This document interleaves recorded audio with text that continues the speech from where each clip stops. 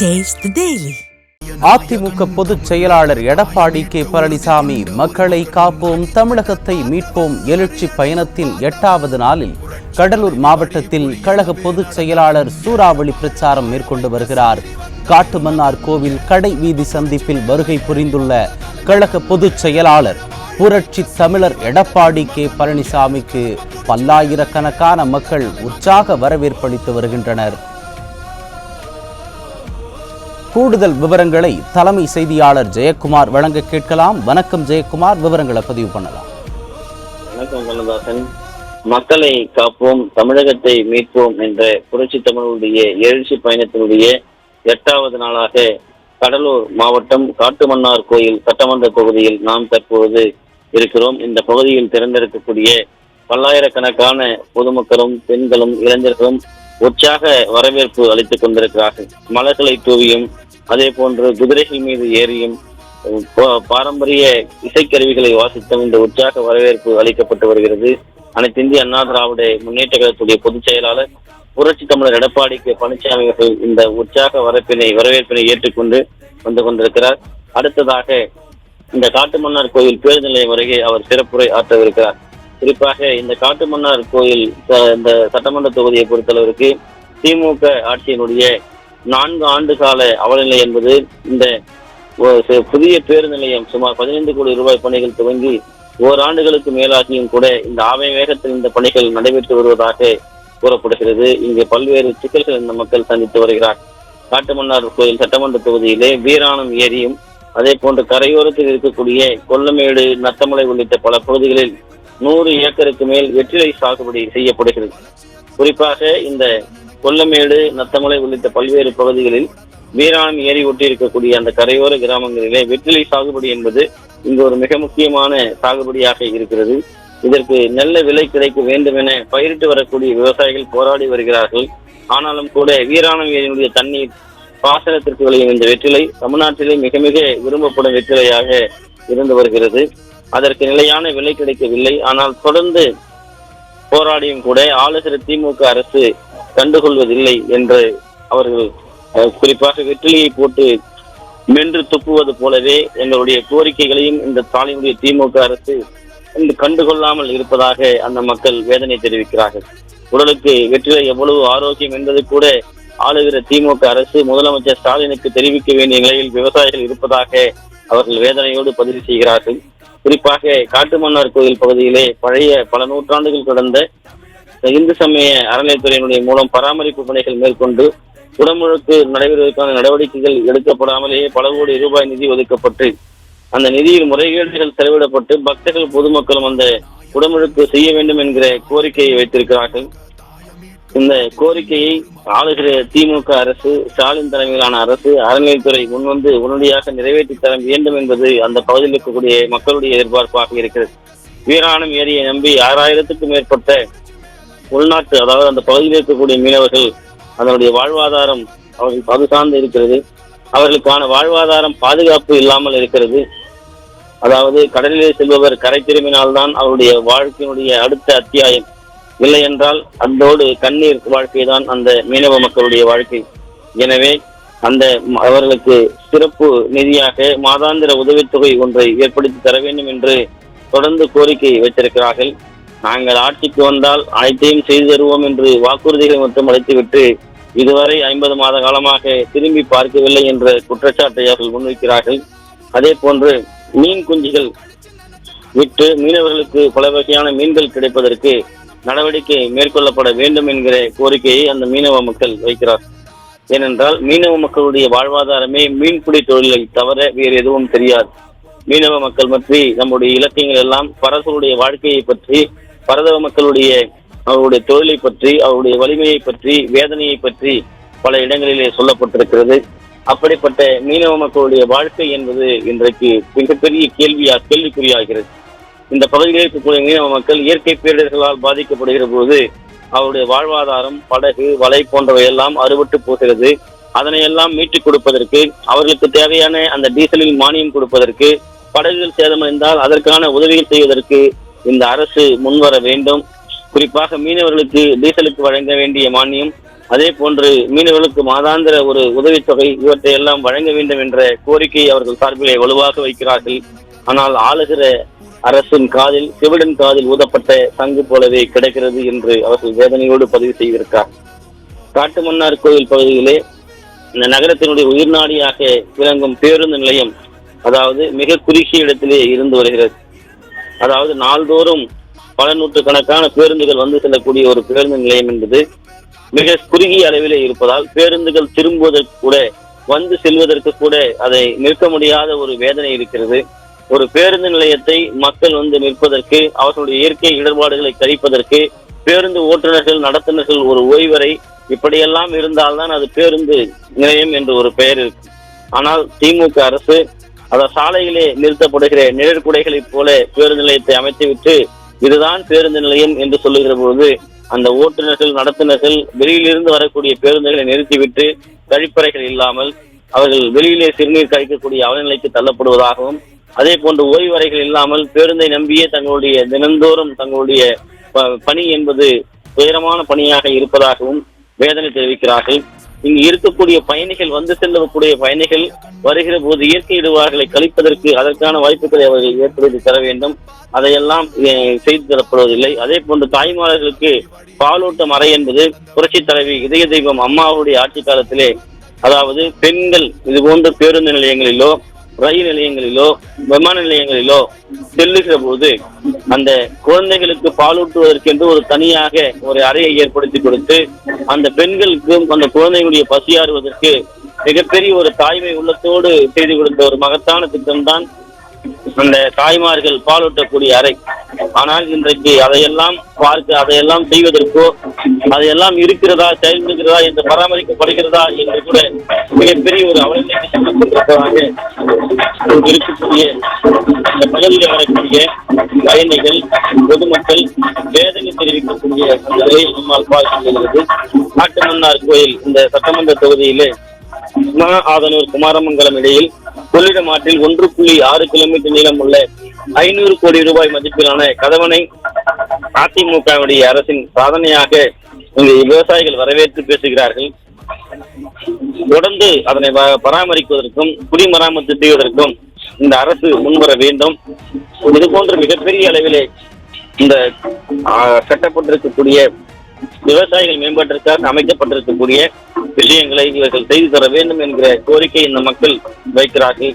அப்படி இல்லாத போது மிகப்பெரிய அளவிலே பாதிப்படைய வேண்டிய சூழ்நிலை இருக்கிறது.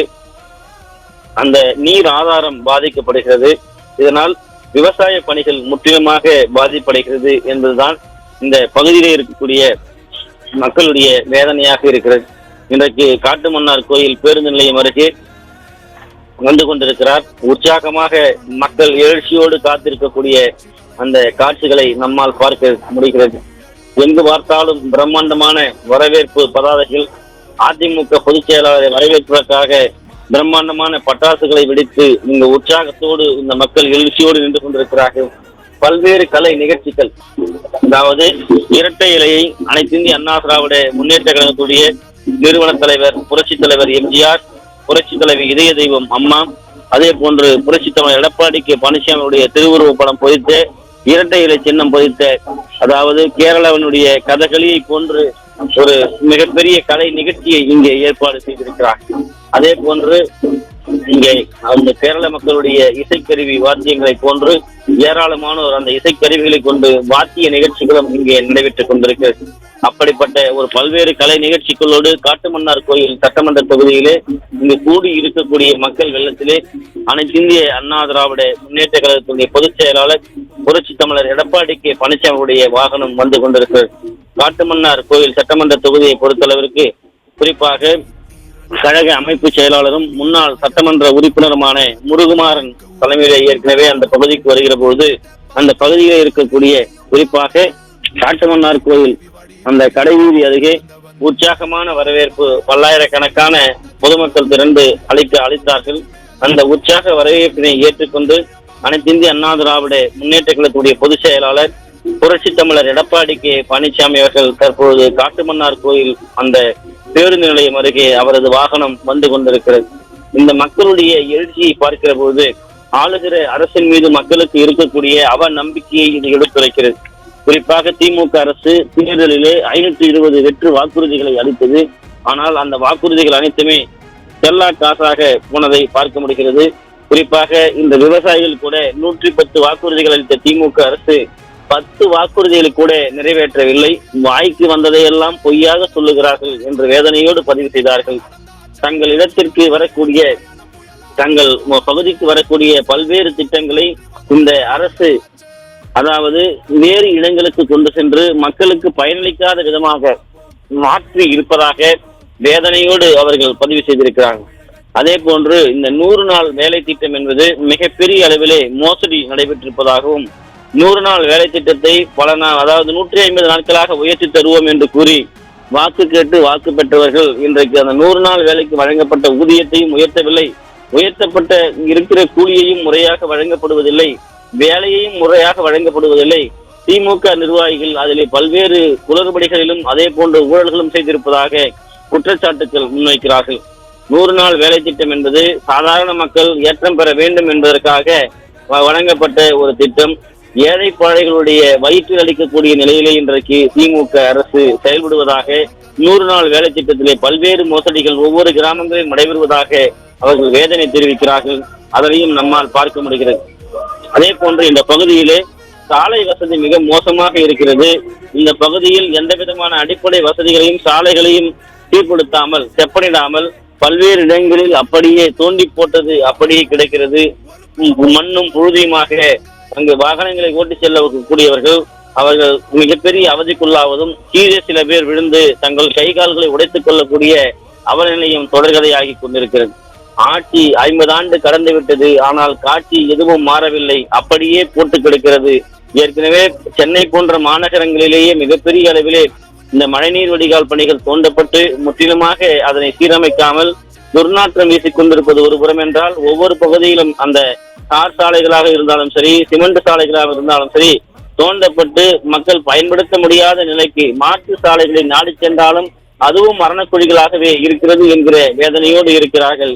இப்படி ஒருபுறம் சாலைகளில் வாகனங்கள் பயணிக்க முடியவில்லை, மற்றொரு புறம் விவசாயிகள் பயிரிட்டு அந்த நெல்லை கொண்டு சென்று அந்த விற்பனை கூடங்களிலே விற்பனை செய்து பணத்தை வீட்டிற்கு கொண்டு வர முடியவில்லை.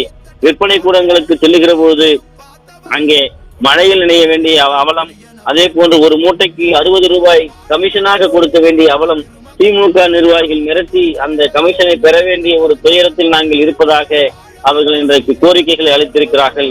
இப்படிப்பட்ட பல்வேறு நெருக்கடிகளுக்குள்ளாக்குகிற அரசாக திமுக அரசு இருப்பதாக அவர்கள் குற்றம் சாட்டுகிறார்கள்.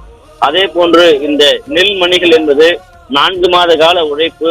அப்படி உழைக்கிற போது இயற்கை பேரிடரால் பாதிக்கப்படுகிற போது அந்த காப்பீடு தொகை என்பது தங்களுக்கு முழுமையாக வழங்குவதில்லை. அதே நேரத்திலே காப்பீடு என்பது 3 ஆண்டுகளோடு முடிந்து விட்டதாக கூறுகிறார்கள். மறுபடியும் மீண்டும் ஒரு காப்பீடு போட வேண்டும் என்று கூறுகிறார்கள். ஒரு நிலையான காப்பீடு என்பது தங்களுக்கு இல்லை. இதனால் வைக்கக்கூடிய பயிர் கிடைக்கக்கூடிய காப்பீடு தொகை என்பது திமுக ஆட்சியில் கிடைக்காமல் போகிறது. அதிமுக ஆட்சியில் வங்கி கணக்கில் முறையாக வரவு வைக்கப்பட்டது, அந்த முறையாக வரவு வைக்கப்பட்ட நிலை தற்போது இல்லை.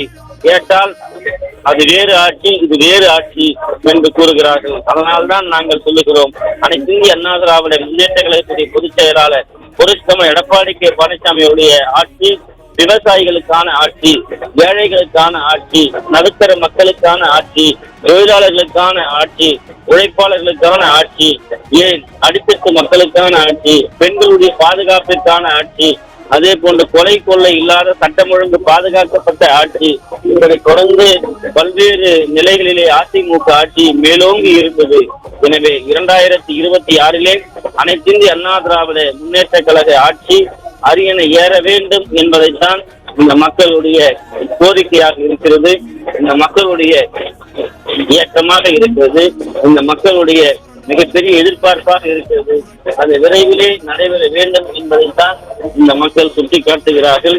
அனைத்து இந்திய அண்ணா திராவிட முன்னேற்ற கழக ஆட்சி 2026 மலரப் போகிறது.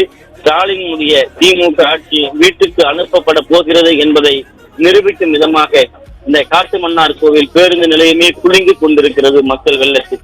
நீங்கள் பார்க்கலாம், இந்த வாகனம் செல்லக்கூடிய, குறிப்பாக பொதுச் செயலாளர் வரக்கூடிய இந்த வாகனம் வர முடியாத அளவிற்கு மிகப்பெரிய அளவிலே மக்கள் கூட்டம். எங்கு பார்த்தாலும் மக்கள் தலைகளாக காட்சியளிக்கிறது. எங்கு பார்த்தாலும் மக்கள் இருக்கிறார்கள், பெண்கள் இருக்கிறார்கள், இளைஞர்கள் இருக்கிறார்கள். எடப்பாடியாரே வருக, விவசாயிகளுடைய பாதுகாவலரே வருக, குடிமராமத்து நாயகனே வருக, அதாவது 2026 முதல்வரே வருக என்ற பதாதைகளோடு, வான வேடிக்கைகளோடு அந்த உற்சாக வரவேற்பு கொடுத்து கொண்டிருக்கக்கூடிய அந்த மக்கள் வெள்ளத்திலே அவரது வாகனம் கவர்ந்து வந்து கொண்டிருக்கிறது. ஏராளமான பெண்கள் பூரண கும்ப மரியாதையோடு மலர்களை தூவி அவரை வரவேற்றுக் கொண்டிருக்கிறார்கள். வாகனம், அதாவது எறும்பு கூட நகர்ந்து சென்று கொண்டிருக்கும். ஆனால் இந்த வாகனம் நகர்ந்து செல்ல முடியாத அளவிற்கு மக்கள் கூட்டம் அலைமோதி கொண்டிருக்கிறது.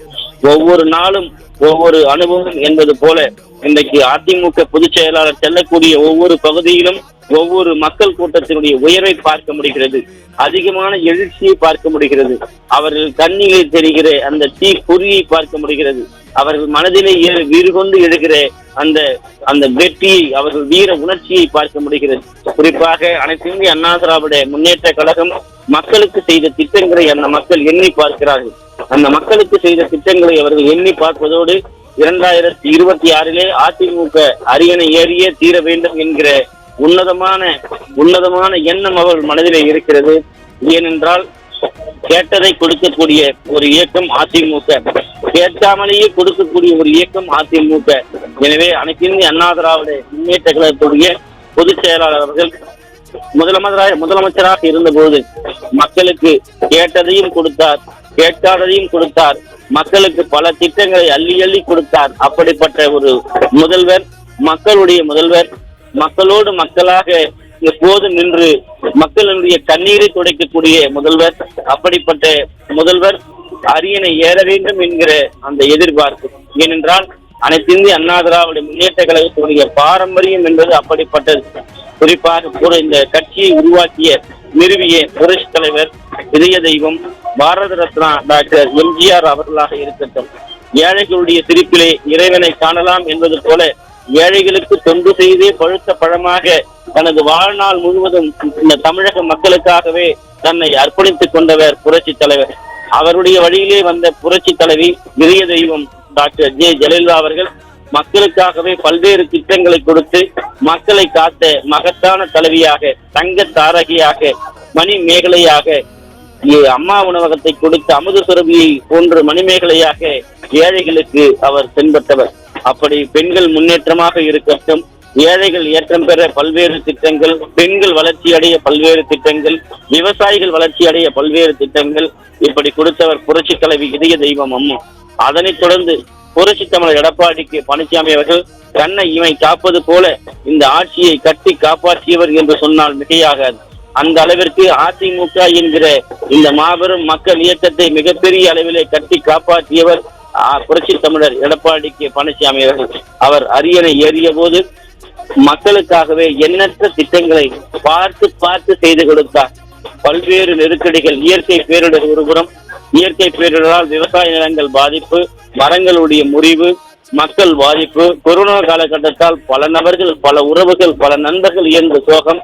இப்படிப்பட்ட நெருக்கடியான காலகட்டத்தில் எழுச்சியான ஒரு ஆட்சியை மக்கள், அதாவது எந்த குறையும் சொல்ல முடியாத அளவிற்கு பார்த்து ஒவ்வொன்றையும் செய்து கொடுத்து, அதே போல் விவசாயிகளுடைய கண்ணீரை துடைத்து, ஏழை எளிய மக்களை கொரோனாவில் இருந்து காத்து மிகப்பெரிய அளவிலே நம்பிக்கையை கொடுத்த ஒரு ஆட்சியாக அனைத்து இந்திய அண்ணா திராவிட முன்னேற்ற கழக ஆட்சி அமைந்தது. அப்படிப்பட்ட ஒரு ஆட்சியை எழுச்சியோடு கொடுத்த புரட்சி தமிழர் எடப்பாடி பழனிசாமி அவர்கள் நம்முடைய காட்டுமன்னார் கோயில் தொகுதிக்கு வந்திருக்கிறார் என்ற அந்த மக்களுடைய எழுச்சியை, அந்த மக்களுடைய வீரத்தை, அந்த மக்களுடைய நிகழ்ச்சியை, அந்த மக்களுடைய உற்சாகத்தை இந்த பகுதியிலே பார்க்க முடிகிறது. திறந்திருக்கக்கூடிய பல்லாயிரக்கணக்கான மக்கள் மத்தியிலே வாகனம் செல்ல முடியவில்லை, வழி இல்லை. ஒரு குண்டூசி கீழே போட்டால் கூட அது கீழே வீழாது. அந்த அளவிற்கு தான் இங்கு மக்கள் கூடியிருக்கிறார்கள். இந்த எழுச்சியை பார்க்கிற போது 2026 இவர்கள் அரியணை ஏற்றி விட்டார்கள் என்கிற நம்பிக்கையோடு அந்த மக்கள் இங்கே திறந்திருக்கிறார்கள். 2026 அதிமுக பொதுச் செயலாளர் புரட்சி தமிழர் எடப்பாடி பழனிசாமி அவர்கள் முதலமைச்சராக ஆவது உறுதி என்ற நம்பிக்கையோடு இந்த பகுதியிலே இருக்கக்கூடிய மக்கள் இங்கே குவிந்திருக்கக்கூடிய அந்த காட்சியை நம்மால் பார்க்க முடிகிறது. இந்த பகுதியிலே இருக்கக்கூடிய மக்கள் ஏராளமானோர் இந்த பகுதியிலே குவிந்திருக்கிறார்கள். அனைத்து இந்திய அண்ணா திராவிட முன்னேற்ற கழகத்துடைய பொதுச் செயலாளர் புரட்சி தமிழர் எடப்பாடி கே பழனிசாமி அவர்கள் இந்த பகுதியிலே எழுச்சி உரை ஆற்றப் போகிறார். இன்னும் சில நிமிடங்களிலே அதனை பார்க்க வேண்டும் என்கிற ஆவலோடு இந்த பகுதியிலே இருக்கக்கூடிய மக்கள் குழுமி இருக்கிறார்கள். இந்த காட்டுமன்னார் கோவில் பேருந்து நிலையமே மனித தலைகளாக காட்சியளிக்கிறது, மக்கள் கூட்டமாக காட்சியளிக்கிறது. அதாவது காற்று கூட புக முடியாத அளவிற்கு மக்கள் கூட்டம் இங்கே நெருங்கி இருக்கிறது. அவ்வளவு பெரிய மிகப்பெரிய எழுச்சியை இந்த காட்டுமன்னார் கோயில் தொகுதியில் இருக்கக்கூடிய பொதுமக்களுடைய எழுச்சியை நீங்க பார்க்க முடிகிறது. இங்கே அனைத்து இந்திய அண்ணா திராவிட முன்னேற்ற கழகத்துடைய கழக அமைப்பு செயலாளர் முன்னாள் சட்டமன்ற உறுப்பினர் முருகுமாரனுடைய ஏற்பாட்டிலே இங்கு அதிமுகவுடைய நிர்வாகிகள் ஒரு உற்சாக வரவேற்பினை அளித்திருக்கிறார்கள். தொடர்ச்சியாக இங்கு ஏராளமான பொதுமக்கள் உற்சாகத்தோடு குவிந்திருக்கிறார்கள். அனைத்து இந்திய அண்ணா திராவிட முன்னேற்ற கழகத்துடைய பொதுச் செயலாளர் புரட்சி தமிழர் எடப்பாடி கே பழனிசாமி அவர்கள் தற்போது உரையாற்றி வருகிறார்கள். அதனை நேரலையில் பார்க்கலாம்.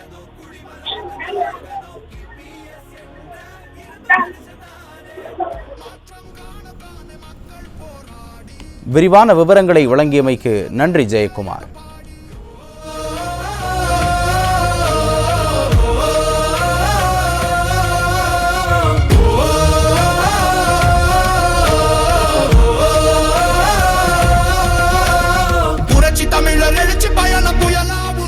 கலந்து கொண்டு சிறப்பித்துக் கொண்டிருக்கின்ற மாவட்ட கழக செயலாளர் சட்டப்பேரவை உறுப்பினர் சோதர் கே ஏ பாண்டியன் அவர்களே, முன்னாள் அமைச்சர் அண்ணன் கே ஜெயபால் அவர்களே, இந்த தொழிலுடைய முன்னாள் சட்டப்பேரவை உறுப்பினர் அருமை சகோதரர் கழக அமைப்பு செயலாளர் திரு முருகமாறன் அவர்களே, இந்த நிகழ்ச்சியிலே பங்கு பெற்றிருக்கின்ற திரு கே எஸ் கே பாலமுருகன் அவர்களே, முனைவர் கானூர் கே கோ பாலசுந்தரம் அவர்களே, திரு வி கே மாரிமுத்து அவர்களே, திரு டி செல்வம் அவர்களே, ஒன்றிய பேருக்குழு செயலாளர்கள் அறிவிச்சார் திரு வாசு முருகையன் அவர்களே, திரு எம் என் சிவகுமார் அவர்களே, திரு ஆர் பாலகிருஷ்ணன் அவர்களே, திரு எம் ஜோதி பிரகாஷ் அவர்களே, திரு பி சி நவநீதகிருஷ்ணன் அவர்களே, திரு எம்ஜிஆர் தாசன் அவர்களே, திரு பூமாலை கேசவன் அவர்களே, திரு எஸ் வி சங்கர் அவர்களே, திரு ஏ கருணாகரன் அவர்களே, சார்பணி பொறுப்பாளர் திரு எல் குணசேகரன் அவர்களே, திரு மரு பாலசுப்ரமணியம் அவர்களே, கோதை வசந்தகுமார் அவர்களே, திரு கே இளஞ்செழியன் அவர்களே, திரு ஜே அஜய் அவர்களே, திரு எல்லேரி சி பிரபு அவர்களே, பிஜேபி மாவட்ட தலைவர் முன்னாள் எம்எல்ஏ திரு அருளகன் அவர்களே, தமாக மாவட்ட தலைவர் திரு எஸ் ஜெயச்சந்திரன் அவர்களே, மற்றும் இந்த நிகழ்ச்சியிலே கலந்து கொண்டு சிறப்பித்துக் கொண்டிருக்கின்ற கழகத்திலே பல்வேறு பொறுப்புகளை வைக்கின்ற நிர்வாகிகளே, கழக உடன்பிறப்புகளே, தேசிய ஜனநாயக கூட்டணியில் அங்கம் வைக்கின்ற கட்சியுடைய நிர்வாகிகளே, தொண்டர்களே, விவசாயிகளே, விவசாய தொழிலாளிகளே, பெரியவர்களே, தாய்மார்களே, இளைஞர் பட்டாளர்களே, மலையிலைச் சேர்ந்த சகோதரிகளே, பத்திரிகையாளர்களே, ஊடகங்களே அனைவருக்கும் என்னுடைய முதற்கண் வணக்கத்தை தெரிவித்துக் கொள்கின்றேன். இந்த எழுச்சி பயணம் ஸ்டாலின் தூக்கத்தை கலைச்சிடுது. எழுச்சி பயணம் ஸ்டாலினுடைய தூக்கத்தை கலைச்சிடுது. நேற்றைய தினம் இந்த பகுதிக்கு வந்துட்டு போயிருக்கார் சிதம்பரத்திற்கு. அவர் இந்த பகுதிக்கு வந்து முதலா ஒரு உங்களுடன் ஸ்டாலின் அப்படின்ற ஒரு விளம்பரத்தால இந்த மக்களிடத்தில் வெளியிட்டு போயிருக்கார். உங்களுடன் ஸ்டாலின் அப்படின்னா இதுவரைக்கும் யாருடன் ஸ்டாலின் இருந்தாரு மக்களை கேட்கிறார்.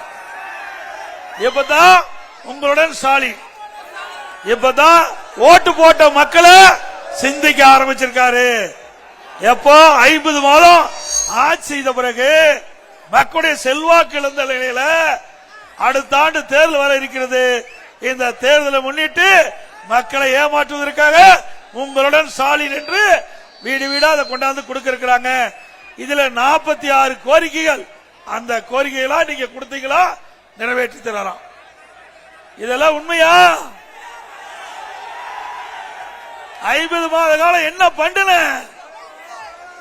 ஓட்டு போட்ட மக்களுக்கு நாமம் சாத்தினதான் மிச்சம். இப்ப மக்களை ஏமாற்றுவதற்காக இந்த ஒரு நாடகத்தை அரங்கேற்றிருக்கிறார். அதிமுக ஆட்சியிலேயே அம்மா திட்டம், அதிமுக ஆட்சியில நம்முடைய வருவாய் அதிகாரிகள் ஒவ்வொரு பகுதிக்கா வந்து கிராமம் வந்து பாத்தீங்கன்னா மக்களை தேடி வருவாய்த்துறை, மக்களை தேடி வருவாய்த்துறை. அதிமுக ஆட்சியில அம்மா திட்டம் கொண்டாந்துருக்கிறோம். இத காப்பி அளிச்சு ஸ்டிக்கர் ஒட்டி இப்போ உங்களுடன் ஸ்டாலின், திரு ஸ்டாலின் அவர்களே, மாண்புமிகு புரட்சி தலைவி அம்மா அவர்கள் தமிழகத்தினுடைய முதலமைச்சர் இருக்கின்ற பொழுது இந்த அம்மா திட்டம் என்ற அற்புதமான திட்டத்தை துவக்கி வச்சு வார ஒரு முறை கோட்டாட்சியாளர், தாசில்தார், கிராம நிர்வாக அதிகாரிகள் ஒவ்வொரு ஊரா வந்து மக்கள்கிட்ட குறைகளை கேட்டு குறைய போய்க்கு அரசாங்கம் அதிமுக அரசாங்கம். உன்ன போல அடுத்த ஆண்டு தேர்தல் வருவதை எதிர்நோக்கி மக்களை ஏமாற்றி வாக்குகளை பெறுவதற்காக அதிமுக திட்டம் போடல. அதிமுக பொறுத்த வரைக்கும் மக்களுடைய பிரச்சனையை தீர்க்கப்பட வேண்டும்.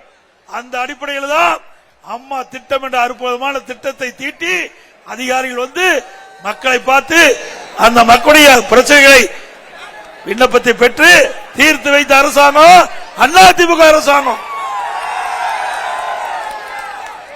நீங்க ஸ்டாலின் பாத்தீங்கன்னா அப்படியே போட்டோ ஷூட் போட்டு அப்படியே மேக்கப் போட்டு அப்படியே தொலைக்காட்சிக்கு வந்து நிற்பார். அப்படியே போட்டோ போடுவாங்க. தம்பி அப்படியே கொடி தள்ளிப்படி, தம்பி கொடி தள்ளிப்படிப்பா, அங்க இருக்கு கொடி, படம் எடுக்கிறாங்கப்பா, கொஞ்சம் தள்ளிப்படி. அப்படியே போட்டோ ஷூட் போட்டு ஒரு பேர் வைப்பார். என்ன ஒரே திட்டத்துக்கு பல பேர் வைத்த ஒரே முதலமைச்சர் தமிழ்நாடு ஸ்டாலின். என்னென்ன நிறைய பேர் வச்சிருக்கார். நீங்க மக்களை ஏமாற்றுவதற்காக ஆட்சி செய்கின்ற முதலமைச்சர் இன்றைய முதலமைச்சர் ஸ்டாலின் அவர்கள். ஆக இன்றைய தினம் இந்த விளம்பரத்தால் எடுத்துக்கிட்டு ஊடா வராங்களா? இதுக்கு 4 கூடுதல் தலைமைச் செயலாளர் பொறுப்பிருக்கிற IAS அதிகாரி நியமிச்சிருக்காங்க. இவர் சொல்லி பார்த்தாரு, மக்கள் கேட்கல. அமைச்சர் சொல்லி பார்த்தாங்க, கேட்கல. பொதுக்கூட்டத்தை போட்டு பேசி பார்த்தாங்க, மக்கள் நம்பல. அதிகாரிகளை வச்சு IAS துறை செயலாளர் வச்சு இந்த திமுக ஆட்சியில மக்களுக்கு செய்த நன்மை அதை நீங்க வெளிப்படுத்தும் சொல்லி இன்றைய தினம் ஸ்டாலின் அறிக்கை விட்டு 4 செக்ரட்டரி நியமிச்சிருக்காங்க. இது எந்த விதத்தில் நியாயம்? இதுக்குன்னு ஒரு டிபார்ட்மெண்ட் இருக்குது, செய்தி மக்கள் தொடர்பு துறை. இந்த செய்தி மக்கள் தொடர்பு துறை அங்க இருக்கிற IAS துறை செயலாளர் இருக்கிறாங்க, அதுக்கு ஒரு அமைச்சர் இருக்காரு. அந்த துறையின் வாயிலா ஏன் நீங்க வெளியிட முடியல? பயம், மக்கள் செல்வாக்கு எழுந்துட்டாரு. அதனால அவருடைய ஆட்சியில திட்டங்களை எல்லாம் IAS அதிகாரிகள் விளக்கு வாங்கலாம். என்ன விளக்க போற? நான் இப்போது கூட்டத்தின் வாயிலாக துறை செயலாளர்களை கேட்டுக்கொள்கிறேன். நீங்க உண்மை செய்தி நாட்டு மக்களுக்கு சொல்லுங்க, நாங்க வேண்டாம் சொல்லல. அதே நேரத்தில் திமுக தலைவர் ஸ்டாலின் சொல்வதை நீங்கள் திரித்து அவர் செய்யாத திட்டத்தை எல்லாம் சொல்ல வேண்டும் என்று சொல்லி நீங்கள் அதை வெளியிட்டா அதுக்கு முழு பொறுப்பு இந்த IAS அதிகாரி தான். இன்னைக்கு பாத்தீங்கன்னா திரு ஸ்டாலின் முதல்வரின் முகவரி திட்டம், முதல்வரின் முகவரி திட்டம், உங்கள் தொகுதியில் முதலமைச்சர் திட்டம், உங்களுடன் ஸ்டாலின் திட்டம். என்னையா இதெல்லாம் பேரு? ஸ்டாலின் பேர் வைக்கிறதுல வல்லவர். அந்த பேர் வைக்கிறதுக்கு நோபல் பரிசு ஸ்டாலின் கொடுத்தா பொருத்தமா இருக்கு. பேர் வைக்கிறதோட சரி. நீங்க அதுக்கு பின்னாடி பாத்தீங்கன்னா ஸ்டாலின் ஒவ்வொரு திட்டமும் அறிவிப்பார். நீங்க எடுத்து பாருங்க, அதுக்கு ஒரு குழு போட்டுவார், அதோட முடிஞ்சு போச்சு. திட்டத்தை அறிவிப்பாரு, பேர் வைப்பாரு, அதோட கைவிட்டுவார். இதுவரைக்கும் 52 குழு போட்டிருக்கிறார் ஸ்டாலின் அவர்களே. 52 குழு போட்டிருக்கிறார். இந்த 52 குழு என்ன செஞ்சது? அதனால மக்களுக்கு என்ன நன்மை கிடைச்சது? எதுவுமே இல்ல. அத்தனையும் பொய். நாட்டு மக்களை ஏமாற்றுவதில் வல்லவர், கைதேர்ந்தவர் இன்றைய முதலமைச்சர் திரு ஸ்டாலின் அவர்களே. 2021 திமுக தேர்தல் அறிக்கையில் என்ன சொன்னீங்க? திராவிட முன்னேற்ற கழகம் ஆட்சிக்கு வந்தா 525 அறிவிப்புகள் வெளியிட்டதை செயல்படுத்துவோம் என்று சொன்னீங்க, செஞ்சாங்களா? அவர்கள் அறிவித்த 10% அறிவிப்பு செயல்படுத்தலைங்க. 100 நாள் வேலை திட்டம் 150 நாளா உயர்த்தினாங்களா? அந்த 100 நாள் வேலை திட்டம் 50 நாளா குறைஞ்சு போச்சு. அது மட்டுமல்ல, கல்வி கடன் மாணவர்கள் இளைஞர்கள் உயர்கல்வி படிப்பதற்கு வங்கியில கடன் வாங்கினாங்க. அந்த கல்வி கடன் ரத்து சொன்னாரு, ரத்து செஞ்சாரா? அதுக்கு மேல நீட் தேர்வு ரத்து சொன்னாரு. ஆட்சிக்கு வந்தவுடன் முதல் கையெழுத்து நீட் தேர்வு ரத்து பண்ணாரா? அப்புறம் உதயநிதி ஸ்டாலின் சொன்னாரு, நீட் தேர்வை ரத்து செய்வதற்கு எங்களிடம் ரகசியம் இருப்பதா சொன்னாரு. ரகசியம் சொன்னாரா? பொய் தானே சொல்லியிருக்காங்க, பொய்யான அறிக்கை தானே.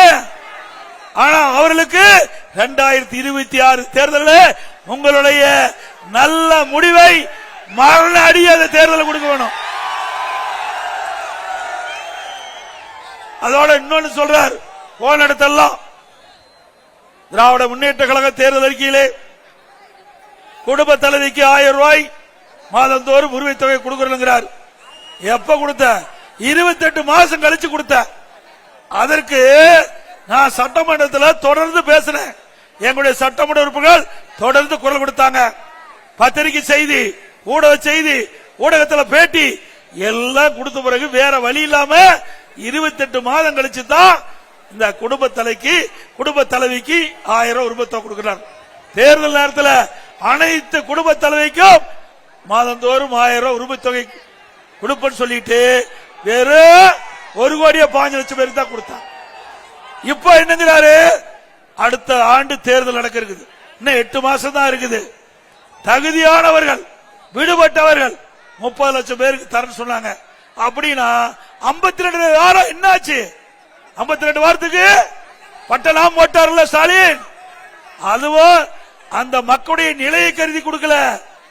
அந்த குடும்ப தலைவிக்கு அடுத்த ஆண்டு வருகின்ற தேர்தலை எதிர்நோக்கி அடுத்த ஆண்டு இவருடைய ஓட்டு ஸ்டாலினுக்கு தேவை, அதனாலதான் கொடுக்கிறாரு.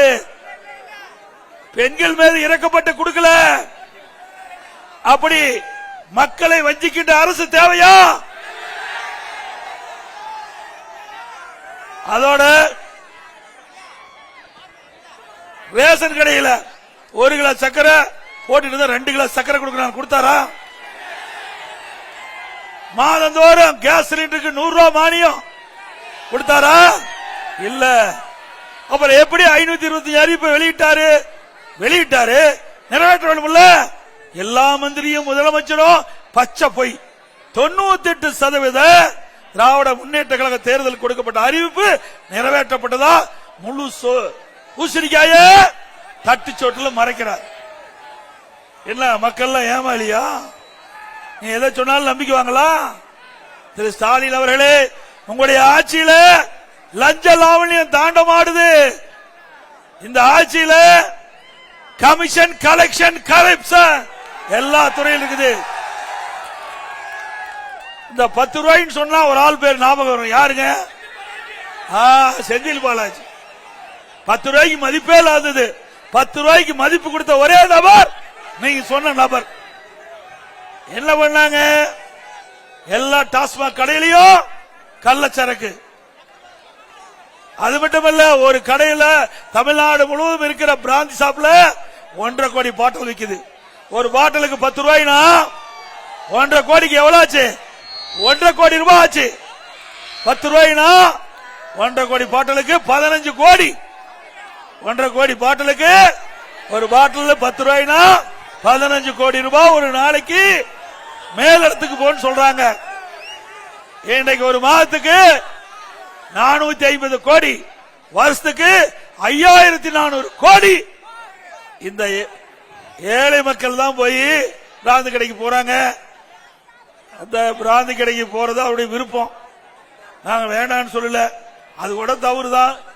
குடி கெடுக்குங்கிறாங்க, எல்லாம் உணர வேண்டும். இருந்தாலும் அந்த ஏழைகளிட்டையும் கொடுக்கிற ஒரே அரசாங்கம் திமுக அரசு.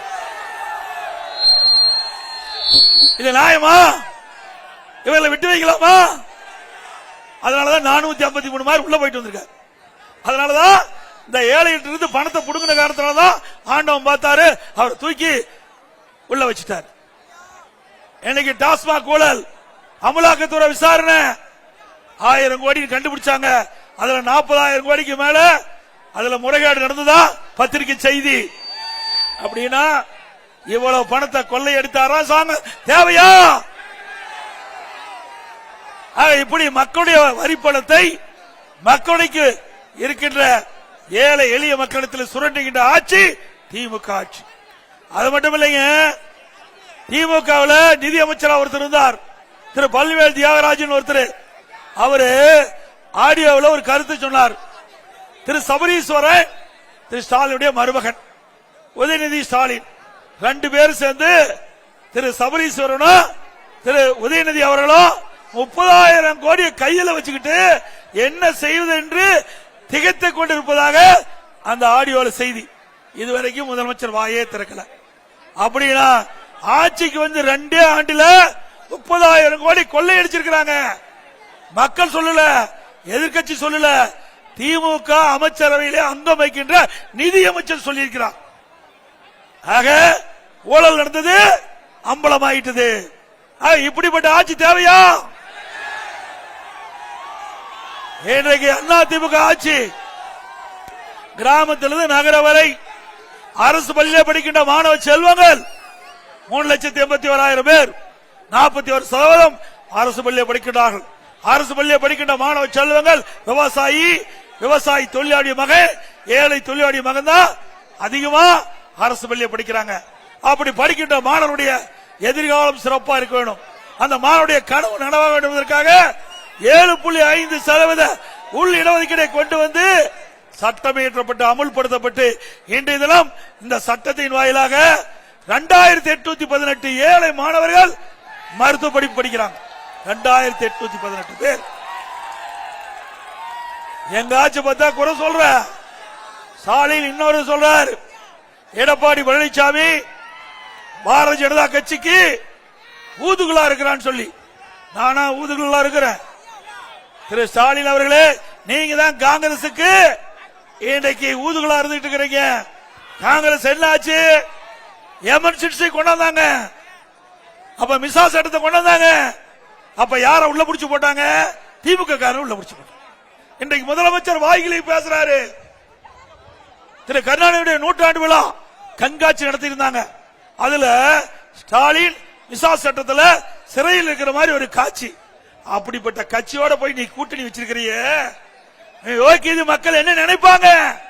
நீ பேசலாமா? அது மட்டுமல்ல, காங்கிரஸ் திமுக கூட்டணி ஒத்துவல்ல. உடனே ரெய்டு, மேல ரெய்டு நடக்குது. திரு ஸ்டாலினுடைய தாயாரிட்டு விசாரிக்கிறாங்க. கீழ் தளத்துல கையெழுத்து போறா ஸ்டாலின். இப்படிப்பட்ட கட்சி அண்ணா திமுக பேசுவதற்கு யோக்கியது இருக்குதா?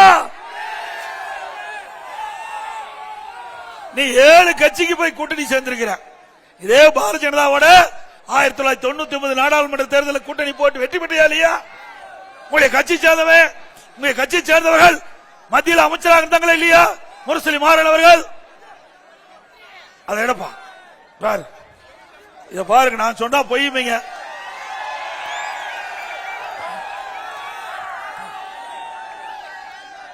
யாரோட? வாஜ்பாயிட்ட ஒருத்தர் மைக் சரி பண்றார், ஒருத்தர் எடுத்து கொடுக்கிறார். அப்ப திரு வாஜ்பாய் அவர்கள் நாட்டுடைய பிரதமரா இருக்காரு. அப்ப வாஜ்பாய் அரசாங்கத்தில் திமுக கட்சி சேர்ந்த முரசொலி மாறன் மத்திய அமைச்சரா இருந்தார். நீ பேசலாமா? கூட்டணி பத்தி பேசுறதுக்கு யோக்கியம் இருக்குதா? அருகதை இருக்குதா? 2021 சட்டமன்ற தேர்தலில் திமுக பாரதிய ஜனதா திமுக கூட்டணி வச்சது. அப்பெல்லாம் பிஜேபி இனிச்சுது, இப்ப கசக்குதா? ஏயா, நாங்க கூட்டணி வச்சா தப்பு, நாங்க கூட்டணி வச்சா மதவாத கட்சி, இவர் கூட்டணி வச்சா நல்ல கட்சி. சிந்திச்சு பாருங்க. இதெல்லாம் எதற்காக? சிறுபான்மை மக்கள் ஓட்ட வாங்கணும். சிறுபான்மை மக்கள் ஓட்ட வாங்க வேணும். சிறுபான்மை மக்கள், இஸ்லாமிய மக்கள், கிறிஸ்துவ பெருமக்கள் இந்த கட்சியை நம்பி ஏமாந்துடாதீங்க. எடப்பாடி பழனிசாமி உங்களுக்காக குரல் கொடுக்கின்றவர், உங்களுக்காக குரல் கொடுக்கின்றவர். எந்த காலகட்டத்திலும் கொள்கை விட்டு கொடுக்க மாட்டேன். கூட்டணி வேற, கொள்கை வேற. கூட்டணி வேற, கொள்கை வேற. ஆனா திமுக அப்படி அல்ல. கொள்கை அடமான வைக்கிட்ட ஒரே கட்சி திமுக கட்சி. 1999 பாரதிய ஜனதா கட்சியோட கூட்டணி வச்ச. அதுக்கு பிறகு 5 வருஷம் கழிச்சு காங்கிரஸோட கூட்டணி வச்ச. உனக்கு என்ன கொள்கை இருக்குது? இப்ப அண்மையில நேற்று இதெல்லாம் ஒரு நிகழ்ச்சியில பேசுறாரு. கம்யூனிஸ்ட் கட்சி, விடுதலை சிறுத்தை கட்சி, இதெல்லாம் கொள்கை ஒத்துடைய கட்சியா? கொள்கை ஒத்துடைய கட்சியா? திமுக கட்சிக்கு கம்யூனிஸ்ட் கட்சிக்கு ஒரே கொள்கையா? திமுக கட்சிக்கு விடுதலை சிறுத்தைக்கு ஒரே கொள்கையா? திமுக கட்சிக்கு காங்கிரஸ் கட்சிக்கு ஒரே கொள்கையா? அண்ணா திமுக அப்படி அல்ல. கொள்கைகள் மாறுபடுகின்றன. தேர்தல் வருகின்ற பொழுது வாக்குகள் சிந்தாமல் இருப்பதற்கு அந்த எங்கள் நிறுத்தப்படுகின்ற கூட்டணி வேட்பாளர் அண்ணா திமுக வேட்பாளர் வெற்றி பெறுவதற்கு நாங்கள் கூட்டணி அமைக்கிறோம். உங்களை போல ஆட்சி அதிகாரத்துவதற்கு துடிக்கல. ஆட்சியில் இருந்தாலும் இல்லாவிட்டாலும் மக்களுக்காக சேவை செய்கின்ற ஒரே இயக்கம் அண்ணா திமுக இயக்கம். அந்த அடிப்படையில் தான் நாங்க கூட்டணி சேர்றோம். ஏன்னா இன்றைக்கு கூட்டணி சேர்ந்தால்தான் வாக்குகள் சிதறாம கிடைக்கும். அந்த அடிப்படையில் சேர்ந்திருக்கிறோம். அது மட்டுமல்ல, திராவிட முன்னேற்ற கழக அரசை அகற்ற வேண்டும் என்பது அண்ணா திமுக அரசு, அண்ணா திமுக கட்சி முதலிடக்குது. அதே போல பாரதிய ஜனதா கட்சி ஊழல் செய்கின்ற திமுகவை அகற்ற வேண்டும். அதற்காக அவர்கள் அந்த எண்ணத்தில் இருக்கிறாங்க. அப்படி அண்ணா திமுக கருத்தோடு ஒத்து போகின்ற கருத்துடைய கட்சிகளை நாங்க ஒன்னா சேர்க்கிறோம். திரு ஸ்டாலின் அவர்களே, இன்னும் பொறுங்க. பிரமாண்டமான கட்சி எங்க கூட்டணியில் வர சேர இருக்குது. நினைச்சு பார்க்காத அளவுக்கு ஒரு கட்சி வரப்போகுது. எதிர்பாரு. 234 தொகுதியில 210 தொகுதி அண்ணா திமுக கூட்டணி வெற்றி பெறும். அண்ணா திமுக பெரும்பான்மை இடங்களை வெற்றி பெற்று தனிப்பெற ஆட்சி அமைக்கும். மக்களுடைய செல்வாக்கு இழந்த கட்சிக்கு இந்த தேர்தலில் ஒரு தகுந்த பாடத்தை புகுட்டுங்கள். திமுக குடும்ப கட்சி, அது ஒரு கார்பரேட் கம்பெனி கட்சி அல்ல. திரு கருணாநிதி, திரு ஸ்டாலின், திரு உதயநிதி, இப்போ இன்பநிதி வராரு. ஒரு அமைச்சர் சொல்றாரு, கேவலம் மூத்த அமைச்சர் பேரம் இருக்காரு உதயநிதி, அவர்கிட்ட கேட்ட போய் திறந்து விடுறார், டோர் போய் திறந்து விடுறார். பதவி எப்படி எல்லாம் காப்பாத்துறாங்க பாருங்க. திமுக பரிதாபமான நிலைக்கு போயிட்டு அந்த அமைச்சர் சொல்றாரு, இன்பநிதி வந்தாலும் நாங்கள் ஏற்றுக்கொள்வோம். அப்படிப்பட்ட அடிமை கட்சிக்கு தேவையா தமிழ்நாட்டில்? என்ன வாரிசு அரசியலா? இங்க இருக்கிற முதலமைச்சர் ஏற்றுக்கொள்ள மாட்டாங்களா? வரட்டுமே எல்லாம் ஜனநாயக நாடு. எடப்பாடி பழனிசாமி முருகமாறு இங்க இருக்கிற தம்பி, இங்க இருக்கிற இவா என்ன ஒப்ப போட்டு பட்டா எழுதி வச்சிருக்கா? உடனே பட்டா எழுதி கொடுத்திருக்காங்க தமிழ்நாட்டு மக்கள். நீங்க தான் ஆட்சியில் இருக்கணுமா? ஒரு வார்த்தை. இப்ப நான் சொல்றேன், எனக்கு பின்னால எங்களுடைய இயக்கத்தில் இந்த கட்சிக்கு உழைக்கிறவங்க, விசுவாசமா இருக்கிறவங்க யார் வேணாலும் பதவிக்கு வர முடியும். ஒரு வார்த்தை சொல்லு பார்க்கலாம். எங்கேயாவது ஒரு கூட்டத்திலேயாவது எங்க குடும்பத்தை தவிர திமுகவில் உழைக்கின்ற நல்ல பண்புள்ள ஒருவருக்கு நாங்க உயர்ந்த பதவி கொடுப்போம், திமுக கட்சியில தலைவர் பதவி கொடுப்போம், திமுக ஆட்சிக்கு வந்தா முதலமைச்சர் கொடுப்போம் ஒரு வார்த்தை சொல்லு ஸ்டாலின். முடியாது. கொஞ்சம் ஏமாந்தா காட்டு மன்னார் கோயில் இருக்கிற அத்தனை பட்டா போட்டுருவாங்க. எடுத்து கூட பட்டா போட்டு ஸ்டாலின். ஆமா, மன்னராட்சி வந்துட்டா என்ன பண்ணுவாங்க? மன்னராட்சி வந்துட்டா அவன் சொல்றதால நம்ம கேட்க வேணும். மக்களுடைய உரிமை போயிருமே, ஜனநாயகம் போயிருமே. அதனால சொல்றேன், வாரிசு அரசியலுக்கு முற்றுப்புள்ளி வைக்கின்ற தேர்தல் 2026 சட்டமன்ற தேர்தல். குடும்ப ஆட்சிக்கு முடிவு கட்டுற தேர்தல், மன்னர் ஆட்சிக்கு முடிவு கட்டுற தேர்தல் 2026 சட்டமன்ற தேர்தல் என்பதை நினைவு கொண்டு நீங்கள் அனைத்து இந்திய அண்ணா திராவிட முன்னேற்ற கழகத்தை ஆதரிங்கள். அண்ணா திமுக கட்சி உங்க கட்சி, மக்களுடைய கட்சி.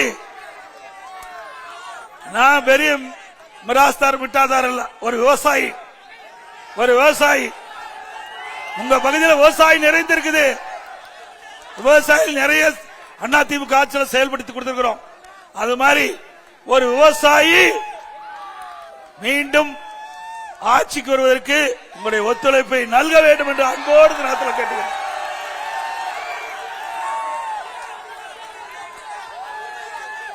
அது மட்டுமல்ல, இன்னைக்கு அரசாங்க ஆஸ்பத்திரியில மருந்து இல்ல, மாத்திரை இல்ல, டாக்டர் இல்ல.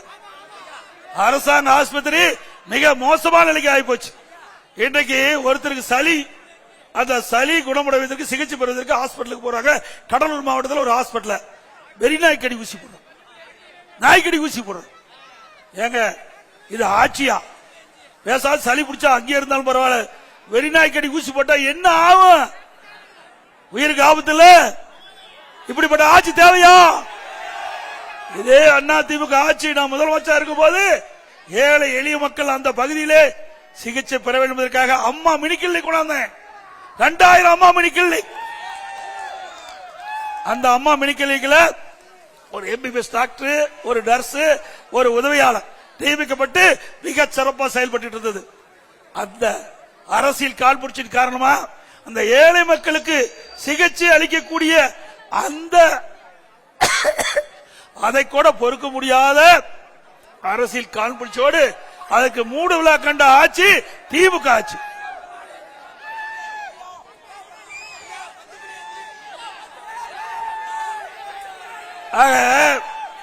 இப்படி எதிலையாவது நன்மை செஞ்சிருக்காரா? இந்த காட்டு மன்னார் கோயில்ல இந்த ஆட்சி வந்த பிறகு 50 மாத கால ஆட்சியில நாட்டு மக்களுக்கு நன்மை கிடைக்கக்கூடிய எந்த திட்டமா வந்திருக்குதா? அதே வேளையில் அண்ணா திமுக ஆட்சி இருக்கின்ற போது பாருங்க, டாக்டர் எம்ஜிஆர் அரசு கலை மற்றும் அறிவியல் கல்லூரி, காட்டுமன்னார் கோயில், கீழவன்னியூர் பாருங்க, இல்லைன்னா ஏமாத்திடுவார். இப்படி நம்முடைய ஏழை எளிய மாணவர்கள், ஒடுக்கப்பட்ட தாழ்த்தப்பட்ட மாணவர்கள் குறைந்த கட்டணத்தில் பட்டப்படி படிப்பதற்காக அரசு கலை மற்றும் அறிவியல் கல்லூரியை கொண்டு வந்த அரசாங்கம் அண்ணா திமுக அரசாங்கம்.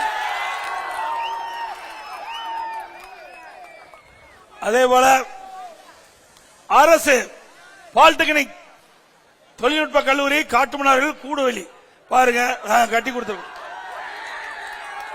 இதுல நம்முடைய குழந்தைகள் குறைந்த கட்டணத்தில் இந்த கல்வி படிக்கிறாங்க.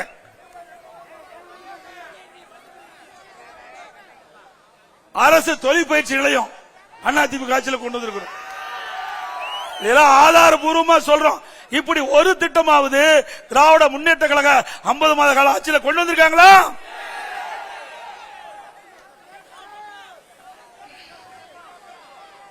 புதிய அரசு பேருந்து பணிமனை காட்டுமன்னார் கோயில கட்டி கொடுத்திருக்கிறோம்.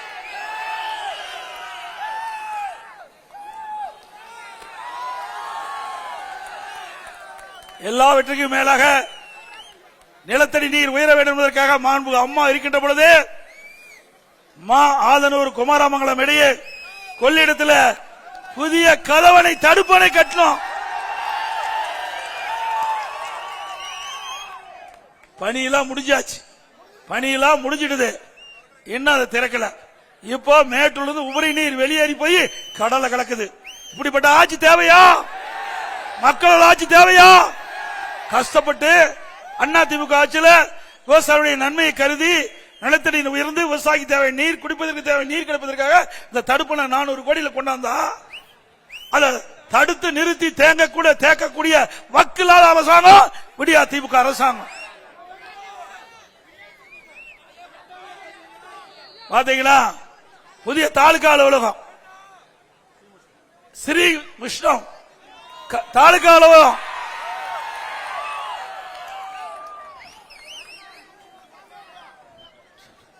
அதே போல புதிய ஊராட்சி ஒன்றியம் ஸ்ரீவஸ்துல ஊராட்சி ஒன்றிய அலுவலகம் கட்டி கொடுத்தோம். இப்படி நிறைய திட்டங்களை கொண்டு வந்து உங்களிடத்துல நெஞ்ச நிமித்தி வாக்குகளை கேட்கிறோம். இப்படி திமுக காரன் ஒருவனாவது வந்து நான் இன்ன திட்டத்தை காட்டுமன்னார் கோயில கொண்டு வந்திருக்கிறேன், இதனால மக்கள் நன்மை கிடைச்சிருக்குது, இளைஞர்கள் படிப்பு கொடுக்கின்ற ஒரு திட்டத்தை கொண்டாந்து சொல்ல முடியுமா? இப்படி மக்களோட ஆட்சியை 2026 அகற்ற வேண்டும் என்று அன்போடு உங்களை கேட்டுக்கொண்டு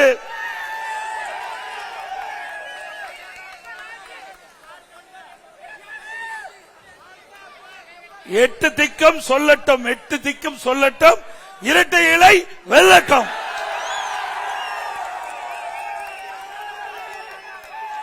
அதோட